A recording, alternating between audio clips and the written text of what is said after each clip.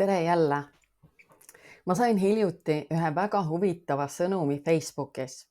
Ma olin laikinud ühte Mary Kay esindaja postitust ja ühel hetkel võttis ta minuga ühendust, et müüa mulle oma toodet. Huvitav oli asja juures see, kuidas ta üritas mulle oma toodet müüa. Ta ei rääkinud mulle ühtegi sõna sellest, kuidas tema esindatud kosmeetikasari minu nahale head võiks teha. Ta ei küsinud minult, kuidas ta saaks mind aidata nahahoolduses. Ta rääkis mulle sellest, kui väga tal on vaja tooteid müüa, sest tal on vaja saada see auto, mida Mary Kay esindus parimale müüjale auhinnaks pakub. Ta rääkis mulle sellest, kui väga ta vajab saada selle kuu parimaks müüjaks ning kui suure summa eest tal on vaja tooteid müüa. Ma tänasin teda kenasti sõnumi eest ja ütlesin, et ma olen Euroopas ja ostan kohalikke tooteid. Soovisin talle edu müügis. Tegelikult olin ma täiega šokeeritud tema müügistiilist. Ta üritas saada mind ostma oma tooteid selle kaudu, et rääkis mulle oma vajadustest. Ta rõhuasetus oli temal endal ja mitte potentsiaalsel uuel kliendil. Mina olin vaid vahend tema eesmärkide saavutamiseks. See automaatselt tõukas mind ära tema tootest. Samas pani see mind ka mõtlema, kuidas me müüme oma tooteid. Me kõik müüme midagi. Kas me müüme sellepärast, et me siiralt soovime teist inimest aidata või me müüme selleks, et meie enda vajadused saaksid rahuldatud? Et see teine inimene aitaks meie vajadusi rahuldada. Kas me päriselt hoolime sellest inimesest, kellele me üritame müüa, või on see inimene meie jaoks vaid vahend meie vajaduste rahuldamiseks? Mille pärast me midagi teeme? Kas meid ajendab Kristuse armastus inimeste vastu või ajendab meid meie enda vajadus? See pani mind mõtlema ja ma pidin vaatama iseenda elu peale ja oma motiividele. See on üldse hea küsimus, mida endalt küsida, sest me võime väliselt teha väga õigeid asju, kuid Jumal vaatab me südant ja annab meile palga vastavalt meie isiklikele motiividele. Kas me teenime Jumalat või ebajumalaid? Mul tuli endal meelt parandada, et ma olen müünud inimestele tooteid selleks, et oma vajadused rahuldada. Ma müüsin pikka aega samuti iluhooldustooteid, kuid ma ei müünud neid selleks, et inimesi õnnistada. Ma müüsin neid selleks, et oma vajadused selle müügi kaudu rahuldada. Rõhk oli mu oma vajadustel, ehk siis mina ise olin enda varustaja ja mitte Jumal. Ja see on Jumala silmis patt. Ka see, kuidas me Kristust esindame, toob inimesed Jumala juurde või tõukab nad Jumalast hoopis eemale. Kui me jagame kellegagi evangeeliumi sellepärast, et me arvame, et me peame seda tegema, siis enamjaolt tõukame inimese Jumalast kaugemale. Kui aga jagame evangeeliumi sellepärast, et me siiralt hoolime sellest inimesest, siis inimene tunnetab selle ära ja on tunduvalt vastuvõtlikum meie sõnumile. Kõik sõltub meie motiividest, sest Jumal vaatab alati meie südamesse. Piibel ütleb, et meil tuleb teha kõike, mida me teeme kui Jumalale. Kas me teeme seda või tuleb meil meelt parandada?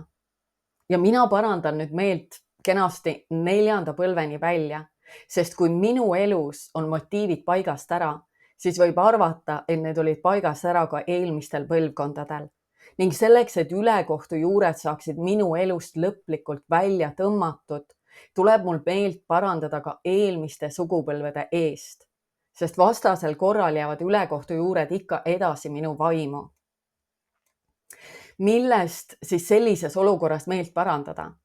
Isekusest, enesekesksusest, ka hirmust, sest me ei usalda, et Jumal on meie varustaja. Me üritame ise enda varustajad olla ja ka usaldamatusest Jumala vastu. Sellised väikesed väärad mõtted on need, mis röövivad meilt Jumala tõotused ja õnnistused. See on perekonna ülekohus, mõtteviis, mis meile juba sündides vaimse pärandina kaasa antakse. Ja seda ei ole lihtne tuvastada, sest kõik teised me ümber mõtlevad samamoodi. Me oleme harjunud teatud mõtteviisidega, kuid kui me palume, et Jumal ilmutab meile need väikesed rebased, kes meie saagi röövivad ja hävitavad, siis Jumal teeb seda. Me teame, et Ülemlaulus 2:15 ütleb, võtke meile kinni rebased, väikesed rebased, kes rikuvad viinamägesid. Ma ei ütle siinkohal, et sinul on vaja sama asja eest meelt parandada. Sa võid seda teha, kuid kui sa seda teed enne, kui Jumala patutunnetust sulle sarnast mõtlemisviisi sinu elus või suguvõsas ilmutab, siis sa teed seda automaatselt ja mitte siira patutunnetuse tulemusena ning tulemus võib jääda tulemata. Tõeline meeleparandus tuleb püha vaimu puudutuse ja ilmutuse tulemusena, siis on selles vägi. Seega esimene asi, mida meil teha tuleb, on paluda pühal vaimul meid selles imelises vabanemisprotsessis aidata. Meil tuleb paluda, et tema saadaks meile tõelise meeleparanduse vaimu ja julguse muutuda. Sa võid palvetada minu järel selle palve või palvetada siiralt midagi, mis tuleb sinu enda südamest. Püha vaim, ma tulen täna sinu juurde. Ma alandan oma südant ja palun, et minu peale tuleks tõeline meeleparanduse vaim. Ava mu vaimsed silmad, nii et ma näen oma süüd. Kingi mulle ilmutusi, unenägusid ja teadmise sõnu, et ma mõistaksin, mida mu esivanemad tegid, mis senini mõjutab minu elu, toob needusi ja takistusi, mis ei luba mul elada külluslikku elu ega nautida sinu kuningriigi õnnistusi. Sa võid seda algul igapäevaselt palvetada, et Jumala vaimu ilmutused ning meeleparandus hakkaks voolama. Kui sa millegi pärast meelt parandad, siis palu alati, et Jumal tõmbaks ka selle ülekohtu, mille püha vaim on sulle just ilmutanud, selle ülekohtu juured igaveseks välja sinu ja su järglaste vaimust, hingest ja südamest. Me oleme nüüdseks aru saanud, et ülekohus ei ole sama, mis patt, mille me lihtsalt andeks palume ja sellega on probleem lahendatud. Ülekohus on patu ja kurjuse kogumik, mis on juurdunud meie vaimu. Ülekohus on rikkunud kogu meie mõtete struktuuri ja käitumist ning on tunginud ka meie luudesse ja elunditesse ja selle väljajuurimine nõuab aega ja pühendumist. Aga see on meie elu parim investeering. Siis saab õigluse vili koos tõotuste ja kauaoodatud Jumala õnnistustega lõpuks me eludes avalduda. Ja ees ootab uus peatükk, mis on täis rõõmu ja võitu Kristuses Jeesuses. Ma toon uuesti ära heebreakeelse sõna avon tähenduse, mida me oleme läbi kõigi nende õpetuste vaadanud. Inglise keeles on see sõna iniquity, kuid eestikeelses piiblis on see tõlgitud erinevalt. See on kas patt, süütegu või ülekohus. Siia alla ja sellepärast on eestikeelses piiblis seda sõna raske tuvastada. Kuid siia alla käivad perekonna ebajumalad ehk traditsioonid, mida me kanname ühest põlvest teise, kombed, harjumused, sõltuvused, sisse harjutatud mõtteviisid, perekonna teadlikult või teadmatult sõlmitud lepingud saatanaga ja nii edasi. Asjad, mis tulevad meile üle juba ema ihus ning seetõttu on neid palju keerulisem tähele panna kui ühekordset pattu. Kuid lühidalt on aavoni tähendus Jumala sõna vastased hoiakud ja kalduvused ja sellest me saame neid ka leida, kui me näeme midagi enda elus, mis on Jumala sõna vastane. Ma loen Jakobuse esimeses peatükis salmid 14 ja 15 piibli laiendatud tõlkest.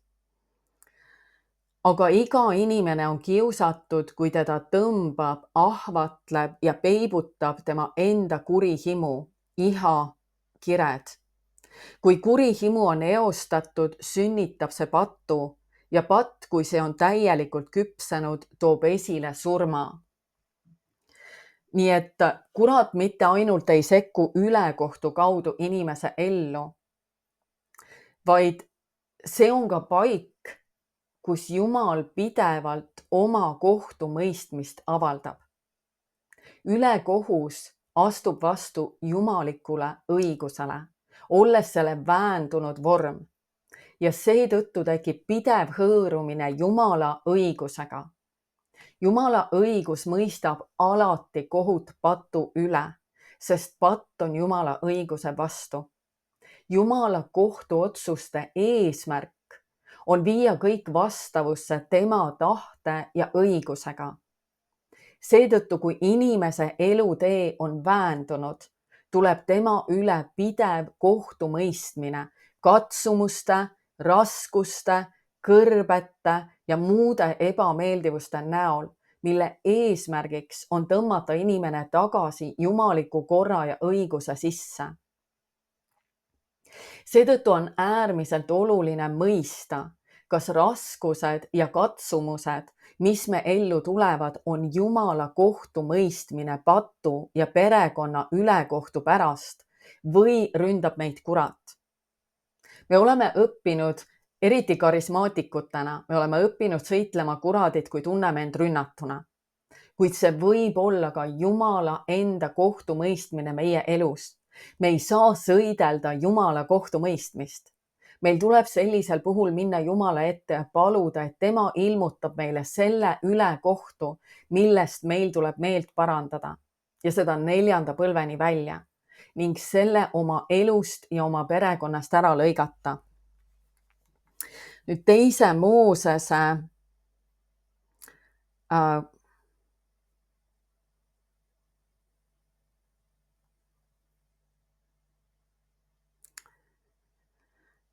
Teise Moosese 25 eestikeelsest piiblist.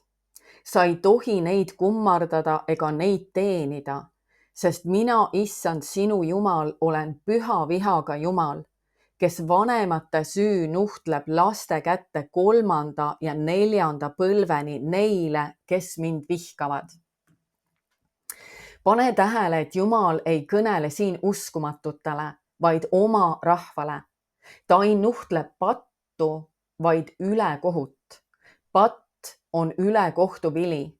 See on pealiskaudne nähtav osa millestki, mis on inimesesse sügavalt juurdunud. Meie patud on suure puu oksad, mis kasvavad põlvest põlve üha tugevamaks. Ülekohus on tõeline juur, millest kogu meie sees olev kurjus sünnib. Ja see on see, mille meil tuleb ära lõigata. Enamik usklikke tunnistab patud Jumalale, kuid enamik ei ole kunagi palunud, et Jumal kustutaks nende perekonna ülekohtu. Ja sellel põhjusel kannatavad nad jätkuvalt rahaliste needuste, ravimatute perehaiguste, lahutuste, õnnetuste ja tragöödiate kohutavate tagajärgede all, mida kõik võimsa Jumala kaitsel kunagi ei juhtuks. Ülekohtu vili ei ole sama, mis juur. Jeesus on tulnud mitte ainult pattu võitma meie elus, vaid ka hävitama kõiki kuradi tegusid. Kui Mooses palus, et ta võiks näha Jumala au, läks isand tema eest mööda ja me loeme 2. Moosese kirjasse 34. peatükist.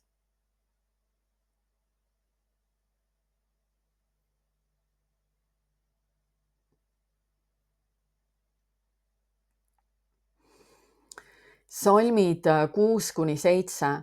Ja isand läks temast mööda ja kuulutas, isand, isand, halastav ja armuline Jumal, aeglane vihastuma ja külluslik heldusest ja tõest, säilitades halastust ja heldust tuhandeile, andestades ülekohtu, üleastumised ja patu, kuid kes siiski ei jäta süüdlast karistamata, vaid karistab vanemate süüteod lastele ja lastelastele 3. ja 4. põlveni välja. Nii et põhimõte, mida meil tuleb mõista, on see, et Jumal ei käsitle kurja üleüldiselt. Ta on äärmiselt konkreetne ja selliselt tuleb ka meil pimeduse kuningriigile reageerida. Üks tohututest probleemidest, mis on valdav Kristuse ihus, on see, kuidas inimesed arvavad, et piisab vaid üleüldistest lihtsatest palvetest, nagu isand, anna mulle andeks kõik minu patud või isand, anna mulle andeks kõik, mis ma olen minevikus teinud või võib-olla isand, anna mulle andeks kõik seksuaalpatud.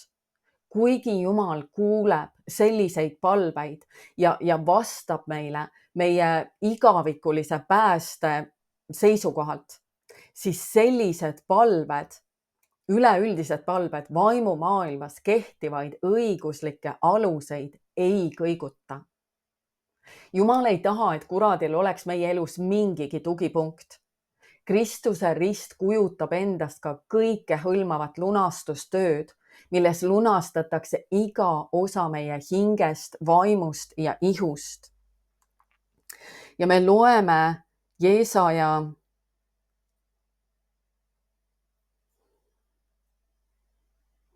53. peatükist ja ma loen salmid 4-5 ja 10-11 piibli laiendatud tõlkest. Ta on kindlasti kandnud meie leina, haigused, nõrkused ja ahastuse ning kandnud meie kurbuse ja karistuse valu. Ometi pidasime ignorantselt teda Jumala poolt lööduks ja vaevatuks justkui pidalitõbist. Aga tema sai haavata meie üleastumiste pärast. Teda löödi meie süü ja ülekohtu tõttu. Karistus, mis oli vajalik selleks, et saavutada meie jaoks rahu ja heaolu, oli tema peal ja teda haavanud löökide kaudu oleme meie terveks saanud ja terviklikuks tehtud. Ometi oli isanda tahtmine teda haavata. Ta on teda kurvastanud ja ta haigeks teinud. Kui sina tema teete oma elu patuohvriks ja ta on surnuist üles tõusnud, siis saab ta näha oma vaimseid järeltulijaid. Ta pikendab oma päevi ja isanda tahe ja heameel õitsevad tema käes. Ta näeb oma hinge vaevade vilja ja on rahul.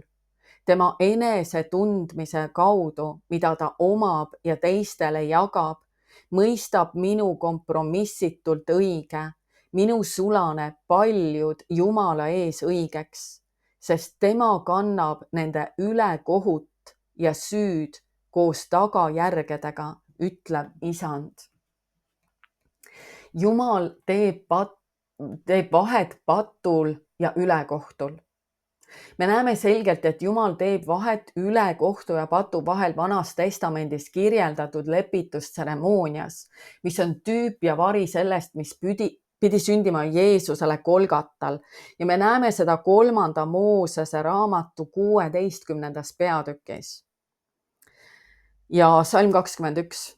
Ja Aaron asetagu oma mõlemad käed elava kitse pea peale ja tunnistagu tema peal üles kõik iisraellaste ülekohtused teod ja kõik nende üleastumised ja kõik nende patud. Ja ta pangu need kitse patukandja peale ja saatku see sobiva mehe käe kõrval kõrbesse. Siin me näeme uuesti, kuidas Jumal puhastab oma rahvast detailse ületunnistuse kaudu, tuues eraldi välja kõik need 3 erinevat patuvormi. Nüüd ülekohtu tüübid on vabatahtlik ülekohus, on teadlik ülekohus, mis on teadlik patt, mis tekitab uskliku sisemise võitluse, mis viib kas pattu langemiseni või selle praktiseerimiseni. See on kõigi pattude juur, mida me oleme eales teinud ja mis meid ikka veel kiusab. Teatud juhtudel üritab usklik kogu südamest Jumalat järgida, kuid tal on mingi takistus, millest ta on teadlik, kuid ta ei tea, kuidas selle vastu võidelda. Parimal juhul võib ta selle maha suruda, kuid ta teab, et see võib tulevikus probleemiks osutuda. Ja kolmandaks on alateadlik ülekohus, mis on meie eelmistest põlvkondadest pärinev ülekohus. Ja see on meie vaimses pärandis varjatud kujul ja seda ei ole lihtne tuvastada. Selline ülekohus on viitsütikuga pomm, mis varem või hiljem võib põhjustada kas äkilise allakäigu või mingisuguse õnnetuse. Seetõttu me näeme Jumala teenijaid, kes alustasid oma teenistust suure armastusega Jumala vastu, kuid sattusid siis ootamatult kirjeldamatutesse pattudesse. Alateadlik ülekohus võib olla paljude probleemide, haiguste või katastroofide põhjuseks inimese elus. Mõnel juhul omistame probleemid kuradirünnakutele või mõnele seletamatule põhjusele. Sellise ülekohtu avastamiseks on oluline võimalikult kaugele minevikku tagasi vaadata ning analüüsida, millistesse pattudesse ja olukordadesse meie esivanemad sattusid. Samuti tuleks pöörata tähelepanu oma unenägudele ja vaadata, millises kultuuris me oleme üles kasvanud, sest see on juurdunud meie ellu. Seega me näeme, et meil on päriski palju tegemist oma elus selle ülekohtuga, see võtab aega, see võtab analüüsimist, aga ma luban, et see on väärt kõike seda aega, sellepärast et see pöörab meie elus sellise lehe, kus tõepoolest saavad tulla Jumala õnnistused ja Jumala tõotused esile meie eludes. Ma loodan, et sa said julgustatud ja õnnistatud ja sa ei võta seda lihtsalt et sa kuuled selle ühe korra läbi ja paned selle kõrvale, vaid sa tõesti võtad ja hakkad otsima seda, mida Jumal sulle igatseb ilmutada sinu minevikus, sinu perekonna minevikus ja sa hakkad seda tooma ükshaaval Jumala ette, et ta saab tuua vabaduse sinu ellu ja sinu järglaste eludesse. Ole südamest õnnistatud ja julgustatud. Jumal armastab sind. Amen.